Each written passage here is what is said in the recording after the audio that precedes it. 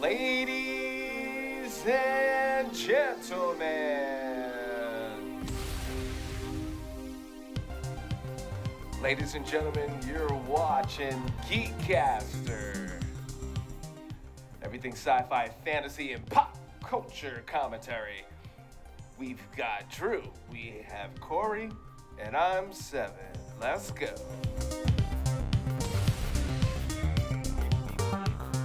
Before we start, man, got us away. Yeah, let's go. Let's start out with Apex. Why did I watch this film? Why? So, Apex was interesting. It's a good way to put it. It's a good way to put it. That was a B movie. But upon watching it, I think the average person would be like, oh, this is what AI would be like if it made a film. Actually, there's no AI in that film. That's all CGI. Interesting. Yeah, you would think. You would think with some of the shots, it's all CGI and camera tricks. I thought the same thing, which is why I thought it was interesting. It was a decent watch, very predictable, Right. but a fun time. Yeah, it was a fun time. What is the lead actress's name again? Charlize Theron? Yeah.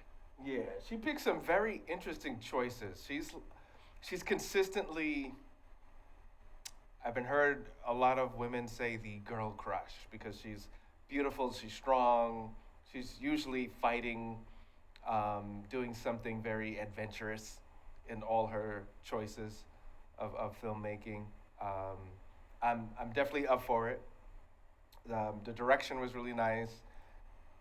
And yeah, we could definitely see some of the old school camera tricks to make it seem like someone's in a dangerous situation. And for all those that, a little bit about Apex, basically this woman has to survive and also deal with her trauma of losing someone close to her that on the side of a mountain, right? Is that the best way to shorten the whole film? See, you know what? I thought that as well, but I got something completely different. It's the thrill seeker. What happens when that person who's chasing the ultimate thrill, the ultimate high, becomes the thing that's being chased? I like that. That sounds official. That sounds really. I like that. But it's true. Did you get a chance to see that, Drew, or? Actually, no, I didn't see this one. From what the description you guys gave, it sounds like it's Charlize Theron did take on the Cliffhanger. Remember with Sylvester Stallone way back in the 90s? Okay. An action movie, if it takes place in like the Alps or like some really cold, dangerous type of spot, because usually when you have like stories or they're action movies that take place in like urban environments, you know there's going to be a building exploding, some type of arc beam going up into the sky, something getting blown up. In movies that take place like in the cold, where you got like you're bound to see like what do you call it, an avalanche. You're bound to see like some kind of snowstorm, and in Liam Neeson's case, you'll see like several animals that are down to kill you. So if this movie has any of those aforementioned, it does. I'll get around to it. It does, but it doesn't. It's funny because that's just the opening arc, and it's maybe 5-7 minutes. Like you think this is what it's going to be, but it's actually not after the credits. It's completely different. It takes place in. The story is Australia, but it took shots between Australia and New Zealand. Very beautiful scenery, and the cat and go mouse between the two thrill seekers. It was pretty entertaining. Yeah, that part is entertaining. Like in hot sweltering desert area, or is this like in what's the environment? In the jungle, in like the outbacks of Australia. Okay, so I kind of retract that then, and I would say it's more like the Rundown then, rather than the Cliffhanger, because the Rundown was The Rock, but he was in the jungles of Brazil or wherever the hell he was at, and that seems like it sounds like a little closer to what Apex would be. The funny thing is like a mix of different movies. You have Cliffhanger, you have Rundown, you have Split, because Tager Egerton, he's Australian, but his character kind of gave you some like beast like qualities. It's very very It's an interesting watch. I Right. wouldn't give it the highest praise, but I do give it for originality and their attempt. Right. All right. So let's move into the danger zone.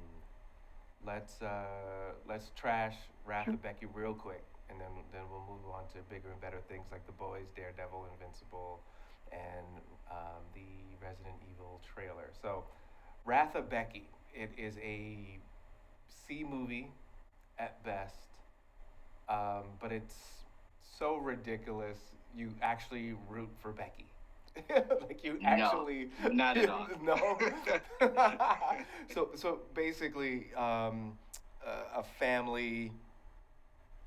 Would you say if we had to remix it as our own synopsis of the story, would you say a villain's attack? It's almost like a Home Alone kind of vibe, if that makes sense. It's Have you ever seen the movie The Last House on the Left? Yes. Yeah. Okay. Yes. Okay, so it has that vibe meets John Wick meets Home Alone. It's just Mm-hmm. Perfect. poor attempts at all three of these movies trying to amalgamate into one because someone Right. thought, oh, we can make a female John Wick and give it elements of these movies, and it just did not turn out well. I was dreading the whole time watching this. It's like, why am I watching this? I mean, it's I don't know. It's like a guilty pleasure. It's so silly. You're just like, you know what it is, Becky, because it's this the acting. It's so subpar that it was like you just root for her and just want the best. I don't know. Oh man. It's so cheesy. Wrath of Karen, Wrath of Becky. You get the same type of movie based off the names. I don't think the name Right. helped it. I don't think the It didn't actresses even helped it. pitch me to watch it. The Wrath of anything, and then sounds like the Suburban Mom. I'm like, I'm out. I'm good. You sound like Mr. Wonderful and it's like I'm out. I'm out. Yeah. The Shark Tank. Just the title. The title alone just took me out. And then I saw the synopsis. I'm hard pass. I'm good. Okay. Good Well, good choice. well let's jump into The Boys. I think we got one episode left, right? I'm currently on episode 6. Is there anything after 6? There's like one or two left. We're just about at the end, and this season I haven't disliked it, but I want to see how these last three, like last two or three, pay off Right. because they did things that I think were not quite choppy, but they've done things like, particularly with the last episode where it was called one shots. Mm-hmm. They experiment with some stuff that I almost wish they'd done in earlier seasons, where you have episodes broken up in between the perspectives of different characters over one event, one scene, what have you. Exactly. They did that in this last episode. I enjoyed it, but it almost feels like it's a episodic strategy that came a little too late. We should have been doing episodes like this, I think, in seasons. I'd just say like seasons 3 or 4, when we had enough characters and enough people playing around to where we could have dipped around like that. I get why they did it because it was giving focus to lesser seen characters. I don't want to spoil it for Right. anybody, but And the to your character point, that Drew, doesn't. which is brilliant. To your point too, this is also to make us care a little bit more, right? Was that like They the throw attempt? that in. They did, yeah. That's the attempt, but it's like, again, I would have said throw that in earlier because it's effective. But for what they did with this last episode, it came a little too late, in my opinion. It's something that should have been implemented a little bit earlier, and for the character that they kill off, particularly because all the characters are despicable. Everybody in this show has something wrong with them, just about. Right. So when you see those, like where they have those kind of turns with that character in moments like this, you kind of go, "Damn! If they'd have did that with this character last season, I'd be a little more invested. I'd like them a little more, I think." Right. So, but they didn't do that. Right. But I still like it though. I'm still in it. I'm completely on the opposite side of that fence. I thought that they did attempt this of giving us multiple perspective of one incident. And this season, it seems very gimmicky. It's like they tried way too hard. There's way too many cameos. There's way too many realistic jokes. It doesn't flow naturally like it did in the other 4 seasons. especially now. There's a episode after episode 5 one shots. It's through the heavens fall. Mm. It just, for me, this season doesn't hit. It's like they're just wrapping it up Which they are. without much thought. I mean, they are. It's the final season, but yeah, this feels like almost an epilogue because they're gonna go back again. This is why I say the prequel. Let's make a bunch of other series stuff while we're still doing the main series. People lose steam. Certain writers will allocate ideas that they had for the original series, but they'll get put into other things, or they're just completely off into the next project in their heads, and the writing for the show that got them there is gonna suffer for it. It's not a bad season, but it's certainly not my favorite. All of them, it's for me, seasons 1 and 2, I think, were the best. Right. 3 and 4 were still good, and this one, it's almost like it's just the epilogue afterthought season because we canceled Gen V, that's gone. Right. Now we're going to put all this energy into the prequel series, which in my opinion is kind of a waste of a spot because we already know the long and short of what happened with that. It's going back and retreading land that I think we already have the main strokes for, and it's not necessary. Well, it's just not necessary. It's really not necessary, in my opinion. We already know, whether it be through what the character has said, what we've seen, or the character showing up. We know what happened to Vought from beginning to end. So going and dedicating a whole series to Vought back in its golden era, I don't know. It's kind of like, all right, we're going back and retreading land for some reason. Right. But we'll see how they wrap it up. Yeah, for sure. We'll see how they wrap I'm actually tuned out. It feels like season 8 of Game of Thrones, where they just didn't know what they were doing. They were just throwing things at the wall, trying to make connections stick, and it just doesn't feel as organic and cohesive as the other seasons. I appreciated 3 and 4. 1 and 2 obviously were the best, but this season, the jokes are rushed. You can just tell the cameos there's trying to get some type of shock appeal. Yeah. Again, I'm going to defer that back to my original point. This is why they should have been doing episodes like one shots earlier in the series. For whoever's left of the cast, whoever they don't kill off, you could have been getting either development or culling the herd earlier in seasons. If you knew that you weren't going to be using this character for anything, you could have got that development in a season prior and then killed them off in this season. Right. So it would have just, I don't know, in my opinion, that would have just cleaned it up a little bit. I'm not out of it yet. I'll see where they go with it. It makes me look forward to the end. I'm only interested in O-Father. You say it again? Corey? I'm only interested in O-Father, the one religious superhero played by Daveed Diggs. I like Daveed Diggs as an actor, and his character is just outrageous.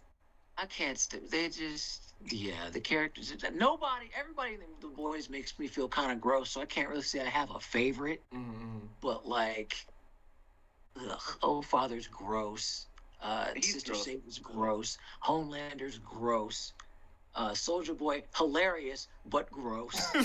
Like, everyone is just so despicable, and then it's like, all right, it's not about who's going to win and who's going to lose versus like good versus evil. It's just which of these scumbags are going to end up living.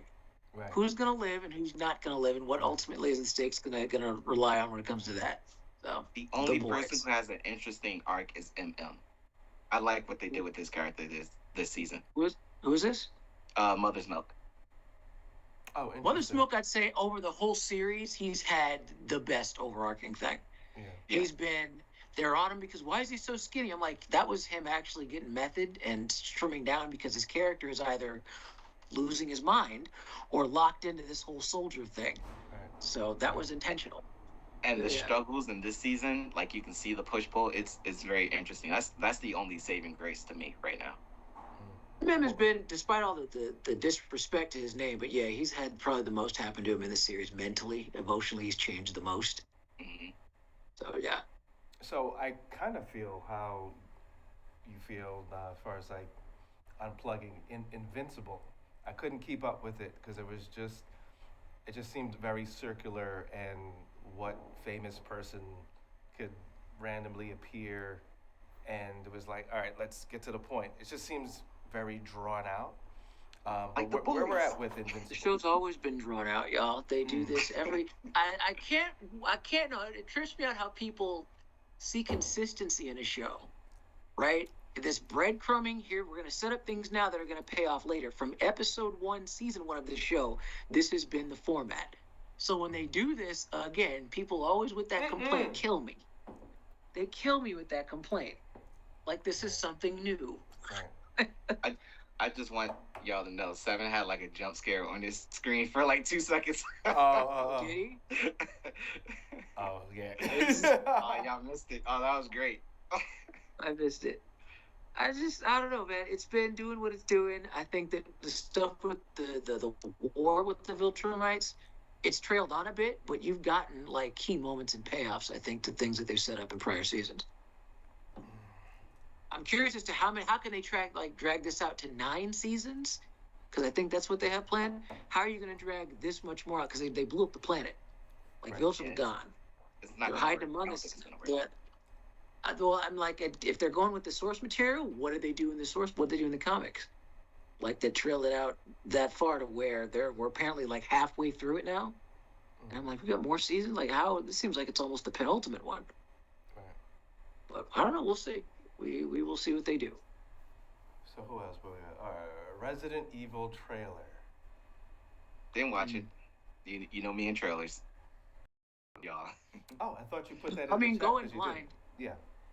Me? I thought you broke your rule. Resident Evil trailer? I thought he told us he hadn't watched it in the chat. I thought he told us he wasn't going to watch it because he wanted to be surprised. Yeah. I don't think I watched it. Gotcha. Okay, but it's out, and I saw it, and it was good. I'm kind of curious as to what certain shots are supposed to be related to the game and what's just Krieger kind of losing his mind and doing his thing. I'm in, because he's behind stuff that I dig, so I'm in. And for Resident Evil, he knows, he's been very vocal about like being loyal to the source material and not pissing off the fans, because he knows that it's a beloved property. And if you're gonna go the route of Paul W.S. Anderson, whatever the guy's name is, that made those other Resident Evil films, he's not trying to fall into that bracket. So I think he's gonna take this one seriously. Even I didn't hate the first 2 or 3 of those movies. I didn't hate the first 2 of the Paul West ones. Yeah, he said he's breaking away from that, and it's going to be a completely different story. So it's going to be its own universe, its own timeline. Oh, interesting. So you just forget about all the movies you saw before? Well, the movies from before, yes, but as it fits in the Resident Evil, umbrella horror lore, I'm not sure what's going to be canon, what's going to be not canon. Is this a side story? Is this a main character thing? We don't know. Right. Yeah. But it looks good, though. It's promising. Gotcha. I'm excited about that because there's so much you can do within Resident Evil if you do it right. It's one of those properties that the especially with all the stuff we're living in now with AI and technology and stuff that they're messing around with biotechnology. That's a jump scare. That's a jump scare. Jump scare again. There it is. So I figured this is a perfect time for a Resident Evil movie. Daredevil. How y'all feeling? I didn't get to it, so I'm out this conversation. Oh, none of Daredevil Reborn. You didn't see 0. Saw 0. Finals are over, so I can finally catch up. We can talk about this next week. Right. All right. Well, we'll table it till then. We'll come back. We'll circle back to that. Really quick, Drew. Do you like where it's going? Where I got to, certain things have happened to where I'm like, all right, you kind of paid that off. Without spoiling, people haven't watched it. No, certain things paid off. Where I'm like, all right, that was good. This has, in the entirety of the MCU series, some of the best Daredevil stuff I've seen them do yet. It's not consistent. Season 1 was rough. Season 2 has more moments, particularly for me with Daredevil and Bullseye. How they started this series off, it was like you would think it's near some endgame stuff, but they have this very odd arc in this season, a series of the Daredevil mythos, and where they're actually kind of, I don't know, it's not quite a buddy cop thing. I can't call it that. It's not a buddy cop thing. It's like a frenemy. Frenemy thing, superhero, supervillain frenemy thing going on. to where I'm more invested in that than like 80% of the other show. I think the setup with that is fascinating. All the other stuff is but the payoffs and the dynamic that they've set up between Bullseye and Daredevil, for me, is some of the best stuff in the Daredevil series yet. And have you got to the end or no? Not yet. No, there's been some good moments. It's not perfect. It ain't perfect, but there is some core good Daredevil stuff that's in this show. And I am going to come back when the series is done and do like a little follow up. Yeah. Quick question. When it was on Netflix, isn't it the same choreographer, fight choreographer, some of the writers who are on the show now from like the very beginning? I believe so, but the tone is different. Hold on. Yeah, let me check. Yeah, the tone is definitely different. I just thought it was the same people still working on it and just, evolved. Hold on. I'm looking to see if it's the same crew. Philip J. Silvera. Because I believe it's the same fight choreographer. Let's see. He was from Daredevil seasons 1 and 2. And Daredevil Born Again, renowned for creating the show's gritty, action-driven, and long-take one-er fight scenes. I think the guy that did seasons 1 and 2 of Daredevil. So yeah, and then it also lists him as being in Daredevil Born Again. So I think it's the same guy. I think key choreographer. Yeah. So seasons 1 and 2 of the Netflix series, and then Disney's Born Again. So he's the same guy. And that's the same guy that did Badlands too, right? Or no? Was it Into the Badlands? I'm not sure. What else has he done? Jay Silvera. But you got it. Yeah, just give me 1 second. Because in general, those two shows help raise the bar for action and everything. Those two shows, and of course, John Wick. He's done some good stuff. I would argue still the team that did Captain America, the second one, is still the best. Civil War, and the one prior to that, Winter Soldier, the best. Hands down. So Daredevil Born Again, Halo, Hocus Pocus 2, The Man from Toronto, Jupiter's Legacy, Terminator Dark Fate, Construct, the original Daredevil from Netflix. Nothing about Into the Badlands, though, as I'm seeing it on IMDb. But that's still a pretty impressive list. Which they are doing another season of Into the Badlands. Are they? Oh, snap. I gotta go back now. Nice. Yeah, so it should be very, very interesting. So just saw Hokum, and I'll just say a little blurb, and I'll let you guys check that out if you haven't, and we can talk about it. It's a solid film. Which one? Hokum. Yeah, Hokum. It's a solid horror film. The horror joint guy goes to I guess a lodge hotel or something like that, and there's stuff that's wrong with it. And they do the horror movie thing where they're supposed to leave. Common sense would say get out, and they stay. So it's one of those joints. Now there were some weird things going on there too, and there's one or two things that did that make sense? Did you really? Oh, okay. Even the intro was like, I guess they wanted you to jump into this is a horror film really, really fast, so that way you didn't get bored. I guess that was the thought. Wasn't necessary at all. But I would say, as far as the tension that was built, backstory, going on the ride that the main character goes through, that was nice. We don't see that often. I did see that trailer accidentally, and I did say I wanted to see it, but I started watching this show on Netflix called Something Bad Is Going to Happen. Oh, yes. I only watched the first episode. Yeah. And that's the weirdest show I've ever seen. It's weird. Like, it takes... So, are you going to finish it? Did you get to episode 2? I only watched episode 1. I don't know if I should. I think I maybe saw 3 episodes, and I stopped.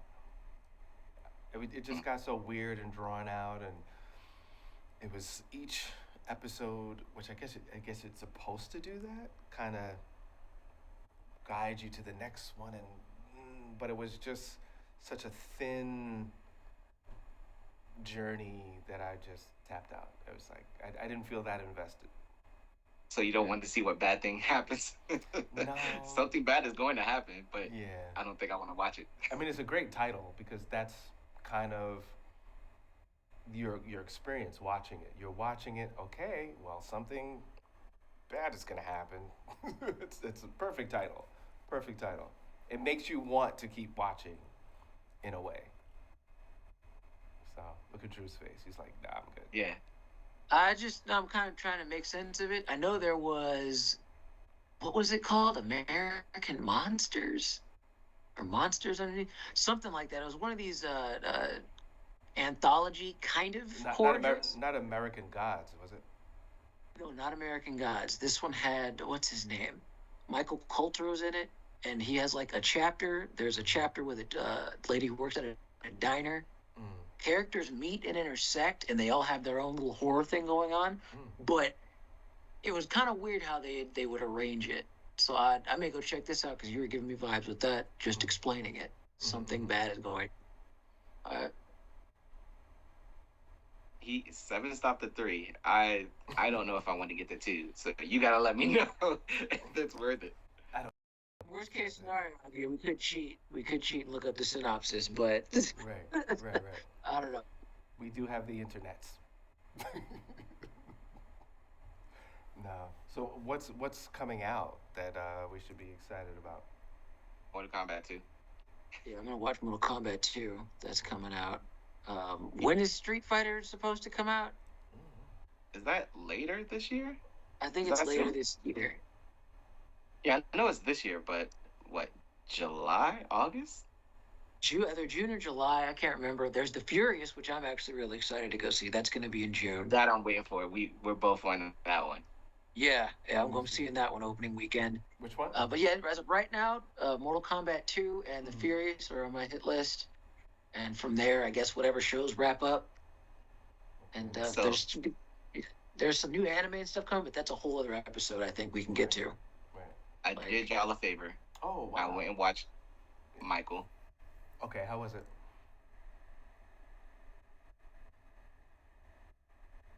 Without bashing the film, You can bash it. I thought it could have been better. It doesn't focus more on Michael. It focuses more on the Jackson 5 era before he became Michael. So I don't know why they called it Michael.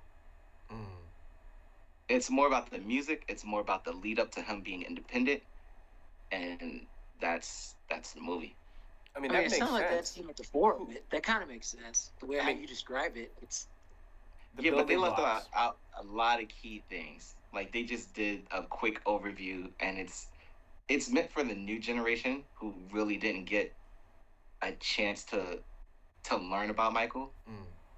Because everyone else, we grew up looking at Michael, and even older people who actually watched him grow up on TV, they know more of the story. They left out a lot of the story, a lot of the abuse that happened, but we pretty much know what happened. They didn't show it to that extent. It was just a quick overview. You got to see Bubbles the monkey, you got to see him get to Motown, you got to see a couple of concerts, and it's more about the music, and then that's it. I expected more because I'm a huge Michael Jackson fan. Oh, and then a bunch of close-up shots of Joe Jackson beating a bunch of kids, and I think that's more what people went in hoping to see, because let's put as much anti-black man hate on the screen as we can.